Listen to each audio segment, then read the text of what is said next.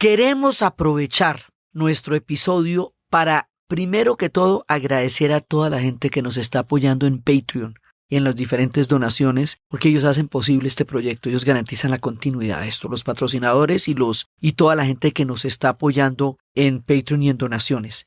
Queremos agradecer a todas las personas que nos escriben en redes sociales, que están permanentemente pendientes, que nos comentan, que nos cuentan. Queremos agradecer a la comunidad que está con nosotros, que nos apoya y que nos hace uno de los podcasts más reconocidos en este momento. A toda esta gente tan bacana, que nos está botando tan buena onda, que nos está impulsando a seguir adelante y a seguirles contando historias. Muchas gracias.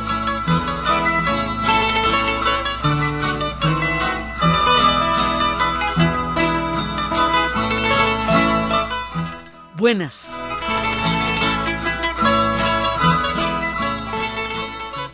Hoy vamos a hablar de por qué celebramos el 7 de agosto, porque hoy es festivo. Estuvimos hablando el 20 de julio de por qué celebrábamos el 20 de julio y esa es la primera parte. La segunda parte es hoy y vamos a contarles por qué la segunda parte es hoy. O sea, por qué nos toca hacer otro envío para la independencia y no la sacamos en 1810. Nos hemos visto en 1810 con el movimiento de juntas en todo el continente que hay un pronunciamiento político respecto de la fractura que va a sufrir España con la invasión napoleónica.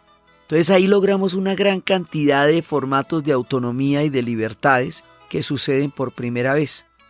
Pero este movimiento se va a ver reversado en el momento en que Fernando VII sale de la cárcel, incumple todas las promesas que había hecho, deciden volver a poner a todos los reyes en los tronos de las coronas que estaban en ese momento en Europa, y el equivalente a eso es tratar de volver a ejercer el dominio sobre los territorios que ya habían empezado a tener autonomías en lo que era la colonia, el imperio colonial de España en América Latina.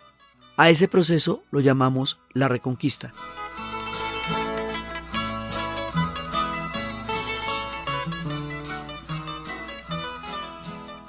Y ese segundo proceso hace que la independencia se tenga que hacer en dos enviones. Un primer envión político, que es lo del 20 de julio, y un resultado militar que también va a consolidar un proceso político después, que es el del 7 de agosto. Entonces, el asunto es que viene una reconquista que acaba con una generación que va a ensangrentar los procesos que se dieron en el sur y en la Nueva Granada, y va a llevar la situación a un punto crítico.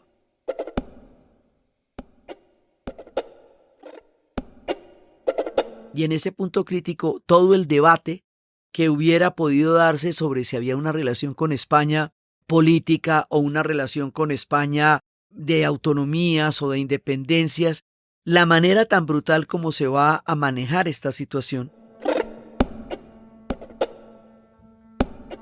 hace que ese debate ya no tenga lugar y que lo que toque hacer es un proceso militar para sacar a todos los españoles del continente y crear un nuevo continente de otra manera y descolonizarse de España.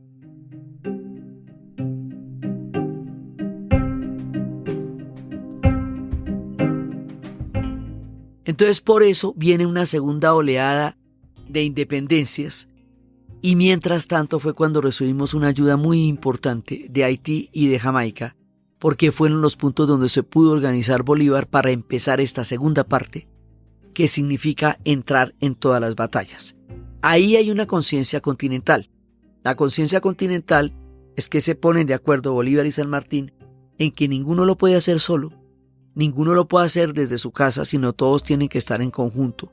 Los movimientos de juntas se van agrupando no solamente en el continente, sino en cada uno de los lugares de los que serían los futuros países donde se dieron, y empiezan a crearse frentes comunes. Entonces empiezan unas batallas en el sur y empiezan otras batallas en el norte. En el sur San Martín crea el ejército de los Andes. En el norte Bolívar va a crear el ejército del norte. Y la idea es que se van a encontrar en Lima, que es donde está el fortín del ejército imperial español. y eso es como una especie de sándwich, unos por el norte y otros por el sur. Entonces, estas batallas son secuencias de batallas. Cada una de estas batallas le va a dar a un país su nacimiento como Estado Nacional, y por eso cada uno de estos países va a recordar casi que exclusivamente esa batalla como la única batalla que ocurrió de independencia, cuando este era un concierto continental, era un plan coordinado y nadie lo hubiera podido hacer solo. En el caso de nosotros, la batalla que hizo posible nuestro nacimiento como Estado Nacional ocurrió en Boyacá, en el puente de Boyacá, el 7 de agosto.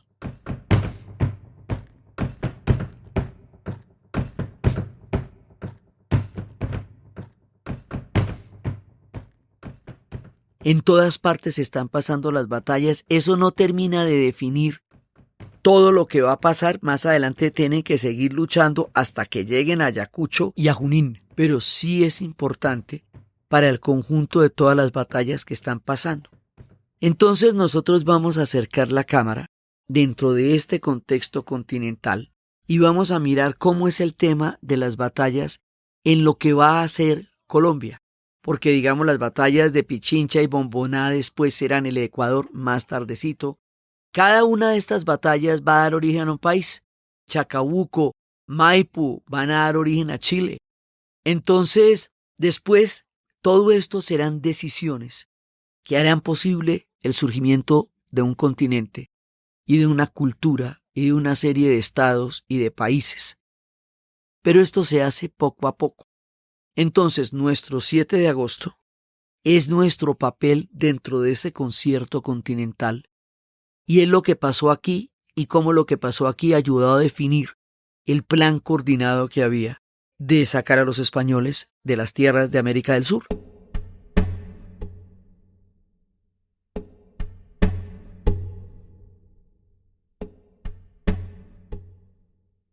Entonces, nosotros nos vamos a meter ya por lo que a nosotros concierne en este relato, y es que como se dio ese proceso de reconquista y mataron una cantidad de gente, que es cuando mataron a Sabio Caldas, a Policarpa Salabarrieta, a Antonia Santos, a Rosa Zárate de Peña, mataron a una gran cantidad de gente que eran las personas con las que teníamos para hacer un nuevo país. Eso es un capital humano verdaderamente irreemplazable.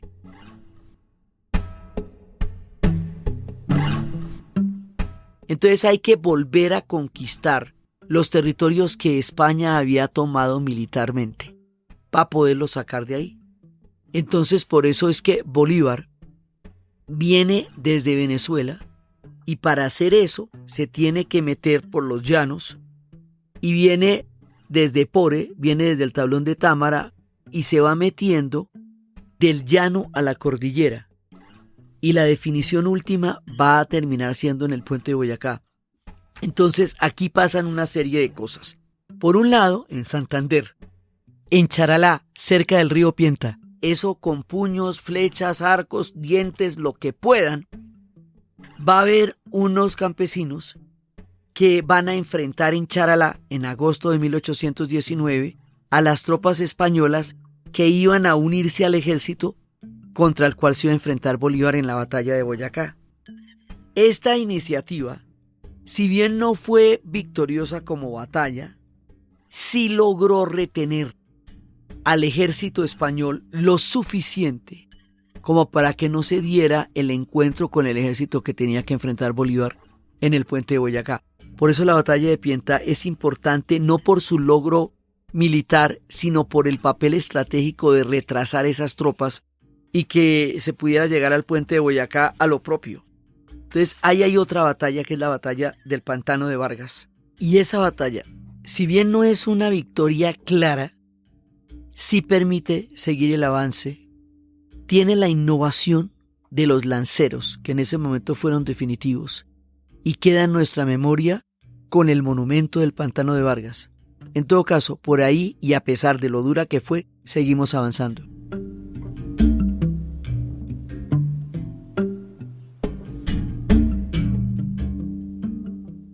Después vamos hacia el puente de Boyacá. Esta ruta nosotros lo conocemos como la Ruta Libertadora. A todo ese recorrido que se hace desde Venezuela, la Nueva Granada, los Llanos Orientales y Boyacá, que es donde se va a romper la resistencia del ejército español en el continente, en el norte del continente. Entonces, eso es importante estratégicamente porque ahí los van a quebrar. Por eso es que uno siempre se pregunta cuando va al pequeño puente de la batalla de Boyacá, cómo en ese pequeño puente se va a definir una cosa tan importante. Porque está definiéndose en un escenario macro. Y ese es el punto donde nosotros logramos quebrar la fuerza del ejército español en el norte del continente. De ahí para adelante va a haber resistencias, va a haber zonas en donde se van a refugiar, pero ya el grueso del ejército queda derrotado ahí. Por eso Murillo diría que 5 años de campaña se perdieron en una sola batalla. Entonces esa batalla para nosotros es una gesta, es un relato épico, porque implica la subida del páramo de Pisba por una cantidad de pueblos llaneros, que son entre otras cosas los protagonistas de primera línea de lo que va a ser la independencia, porque pusieron todo, pusieron absolutamente todo y pusieron un esfuerzo humano increíble. Y eso estábamos diciendo también que va a ocurrir en el sur cuando atraviesan la cordillera de los Andes de Argentina a Chile para embarcarse por Chile y desembarcar en Paracas y esperar ahí a que lleguen los dos ejércitos a Lima. Entonces, dentro de ese gran escenario, entrar a la Nueva Granada implica recorrer ese punto llanero en donde se van encontrando todos, y esa es la ruta, y la pasada del páramo del Paso de Pisba es la llegada, el punto donde garantizan que van a llegar a Boyacá, donde se va a enfrentar la batalla. Todo eso se conoce como la Ruta Libertadora.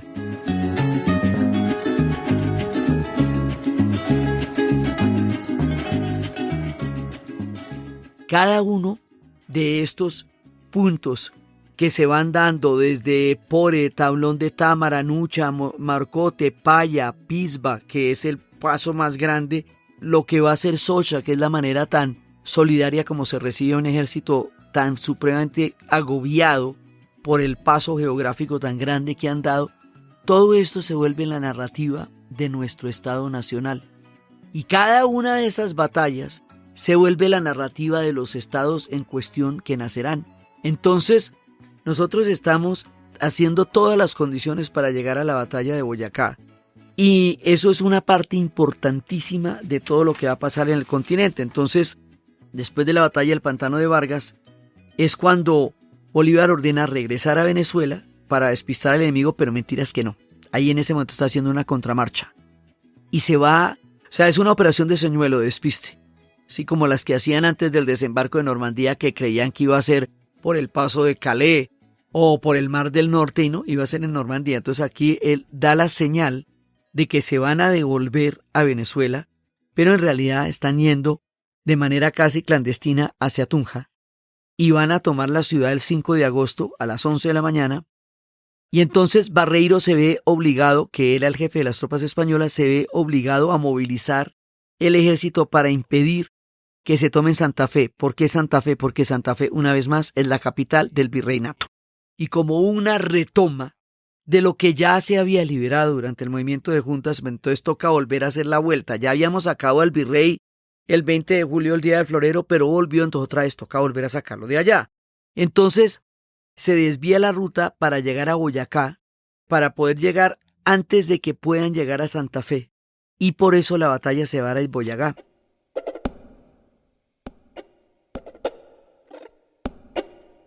Entonces, en la madrugada del 7 de agosto,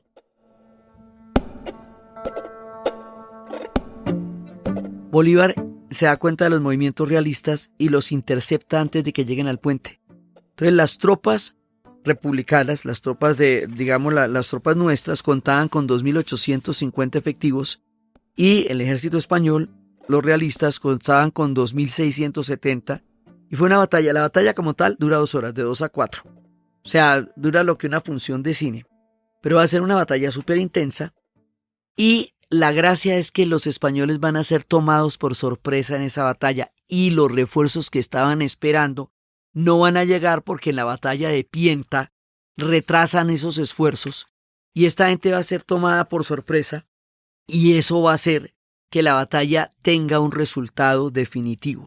Entonces, hacia el final de la jornada, En el campo había 66 hombres muertos y heridos y unos 250 heridos del ejército nuestro y 250 del ejército español, que van a ser capturados más o menos 1.600 hombres y pueden escapar solamente 800 soldados. Con la batalla de Boyacá termina el dominio español sobre la Nueva Granada, o sea, volvemos a hacerlo. Con el 20 de julio terminaba el poder virreinal sobre la Nueva Granada, por eso la Junta tenía que definirse en Bogotá. Hubo una reconquista, entonces va a tocar hacer la vuelta otra vez. Y al hacer la vuelta otra vez en la batalla de Boyacá, termina el dominio español sobre la Nueva Granada.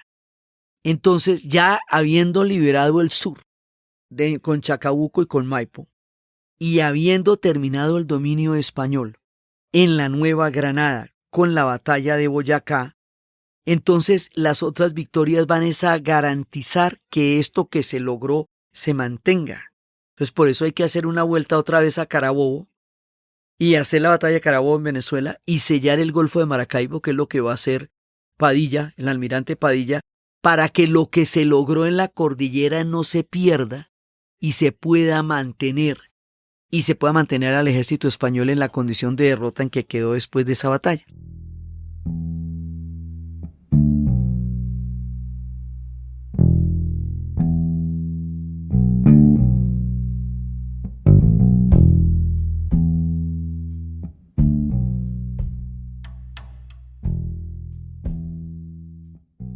Mientras está ocurriendo todo esto, en las definiciones militares, hay un congreso muy importante que es el Congreso de Angostura.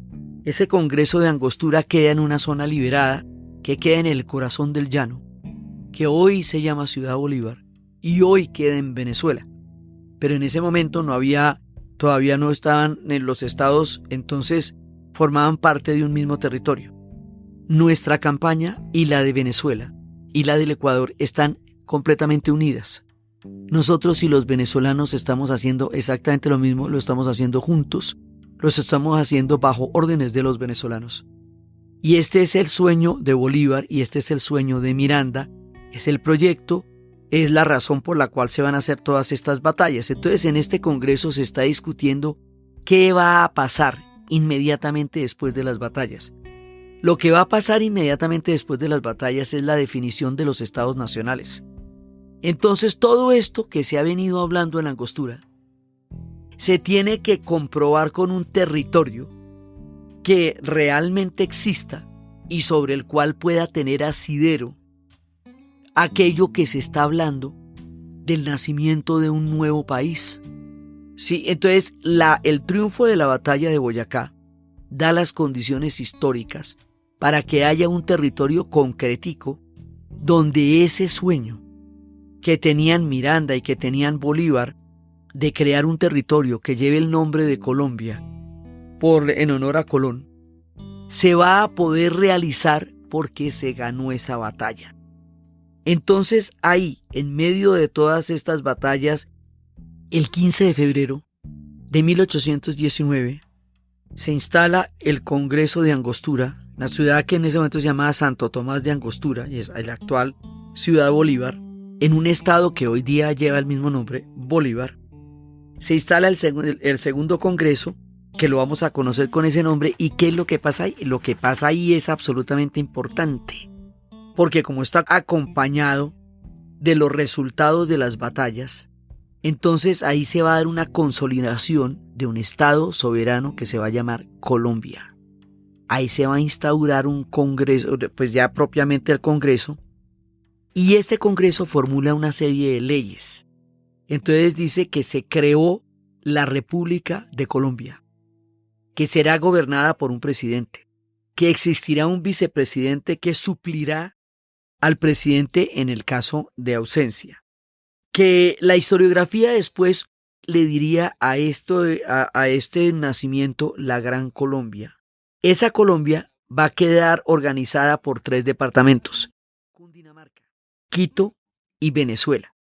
Es decir, Cundinamarca, Quito y Venezuela somos un mismo país. Nacimos juntos como un mismo país.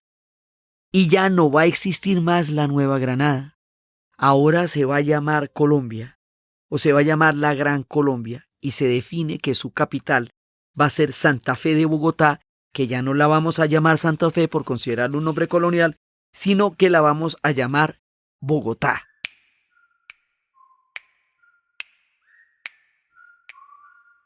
Que va a quedar de capital de esta república que acaba de nacer. Va a ser una república. El Congreso estuvo activo hasta 1821, estuvo sesionando hasta ahí. Ese Congreso es lo que nos da el nacimiento como Estado nacional en el planeta Tierra y en América Latina. Esa batalla es la del 7 de agosto, es la que da la condición de posibilidad para que el territorio que estamos tratando de crear tenga una condición objetiva, y es que no esté de ninguna manera gobernado por las tropas de los españoles y sea un territorio liberado. La combinación de la batalla y el Congreso es lo que va a dar origen a este país que llamamos Colombia. Nacemos junto con los venezolanos, hombro a hombro con ellos y en el mismo proyecto. Nacemos junto con los ecuatorianos. A los 7 años de la batalla de Boyacá, San Andrés, Providencia y Santa Catalina deciden unirse al proyecto de la Gran Colombia porque es un proyecto que se ve bastante interesante y porque estas 3 islas como tales se sentían bastante vulnerables en el nuevo reparto que estaba pasando. También a este proyecto se va a unir Panamá. Y así la Gran Colombia en un momento dado va a ser San Andrés, Providencia, Santa Catalina, va a ser Panamá, va a ser Venezuela y va a ser Ecuador. Eso es el proyecto de la Gran Colombia de donde nacimos nosotros. Entonces, más adelante, Venezuela toma un camino, Ecuador va a tomar otro, Panamá va a estar con nosotros hasta comienzos del siglo XX, San Andrés, Providencia y Santa Catalina forman parte de nosotros y el 20 de julio y el 7 de agosto celebran unas fiestas fantásticas, absolutamente sensacionales, donde se juntan todas las tradiciones que ellos tienen, caribes, escocesas, africanas, en unos desfiles completamente maravillosos. Y nosotros, como una totalidad narrativa, vamos a nacer en ese momento y en esas circunstancias. Entonces, esto ya es definitivo, ya es el segundo envión, pero es el de verdad. Entonces, no vamos a tener que enfrentarlos después de que se complete todo el plan continental que lleve a la definición última en Junín y Ayacucho, que es donde salen los españoles definitivamente de Lima, por una serie de circunstancias también porque va a haber una revolución en España contra Fernando VII que se niega a firmar la Constitución que él había dicho que iba a firmar, que era la Pepa, que pasaba a España de ser un país de una monarquía absoluta a una monarquía constitucional. Esa misma rebelión también se va a dar en Lima, se conoce como la Revolución de Riego. Entonces eso hace que España, digamos, una vez derrotada, no pueda volver a contraatacar.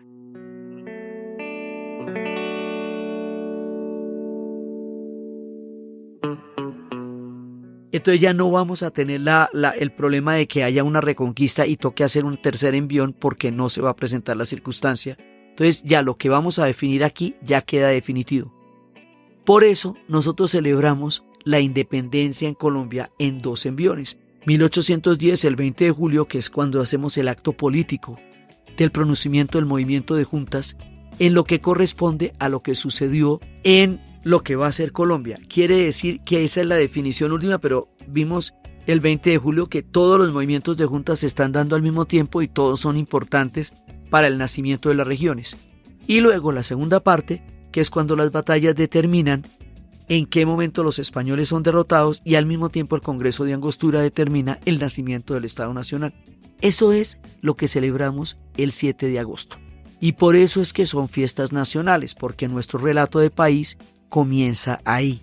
Entonces, en un contexto gigantesco, en el nacimiento de un continente, en las decisiones históricas que van a hacer que después nosotros seamos una cultura tan supremamente entrelazada, que es como la cultura, que es la cultura latinoamericana, que hablemos todos español, que tengamos una serie de características comunes que no tienen otros pueblos, que tengamos una religión católica oficial porque era la condición de la misma conquista, había sido una colonización para traer la religión católica, El hecho de que todas estas cosas se decidan y que se decidan en una unidad continental tan grande van a dar origen a un continente. Pero nuestra parte de la historia, nuestra parte de este relato macro se define ahí, en la batalla de Boyacá y en el Congreso de Angostura. Y por eso es que celebramos el 7 de agosto y por eso es que hoy es festivo. Hoy hace 200 años nacimos, estamos cumpliendo 200 años de nación, entonces uno prende velitas y sopla las velitas, le cantamos el Happy Birthday a Colombia porque nacimos hace 200 años y empezamos a mirar todos nuestros relatos, desde todas las historias que debemos contarnos y que faltan por contarnos, desde el punto de vista en que cada una de las regiones que hoy vivimos vivió eso cuando sucedió, de cómo los llaneros sintieron que ellos formaron parte de toda la independencia y no tuvieron un papel correspondiente en la Constitución de Colombia comparable con lo que ellos aportaron a la batalla. Y empiezan todas las narrativas de nosotros como Estado Nacional. Y empieza ese enigma de descifrarnos sobre qué significa ser colombianos. En eso todavía estamos, descifrando el enigma, mirando las narrativas, tratando de escuchar una cantidad de voces que a lo largo de estos 200 años no han sido las voces que hayan sido más reconocidas, tratando de crear una forma coral de entendernos, de entender que cada uno de los relatos que cada uno tiene de estos episodios es válido, porque es también fundacional de las regiones y de las culturas, de la diversidad de culturas que nos componen a nosotros. Es un enorme y apasionante acertijo, esto de entendernos como colombianos. Llevamos 200 años en esto. Todavía nos faltan muchas cosas por entender, solucionar, escuchar, cambiar, crear, pero las estamos haciendo desde la idea que cada uno tiene de esa posibilidad histórica que es Colombia, que también es un conjunto de diversidades y un conjunto de grupos culturales, étnicos, musicales, completamente rica, diversa y maravillosa. Es esa apasionante construcción en la que estamos día a día, lo que estamos celebrando hoy, con la alegría de formar parte de estos procesos en la historia. Esto era el especial para hoy, 7 de agosto, puntualmente porque estamos prendiendo el ponqué y las velitas.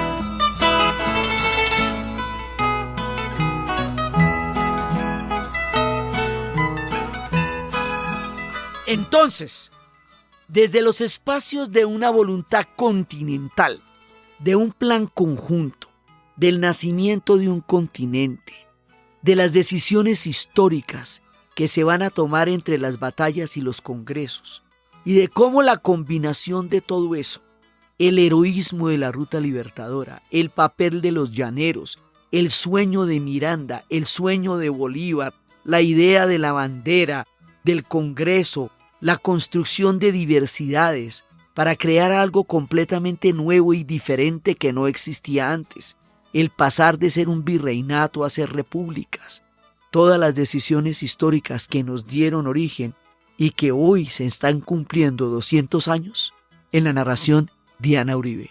Y para ustedes feliz día, cualquiera que ese día sea. Quiero recordarles que en la página dianauribe.fm pueden encontrar las notas y el playlist de las canciones que mencionamos durante el episodio, para que las escuchen, para que las disfruten, para que se las oyen. Este podcast fue posible gracias a la ayuda del equipo de la Casa de la Historia, Diana Suárez, Milena Beltrán y con la colaboración de Daniel Moreno. Fue grabado en Los Gatos Estudio y editado por Sebastián Payán de 070 y siempre con la ayuda fuerte y poderosa de Santiago Espinosa Uribe y Laura Rojas Aponte de podcast Cosas de Internet. Internet.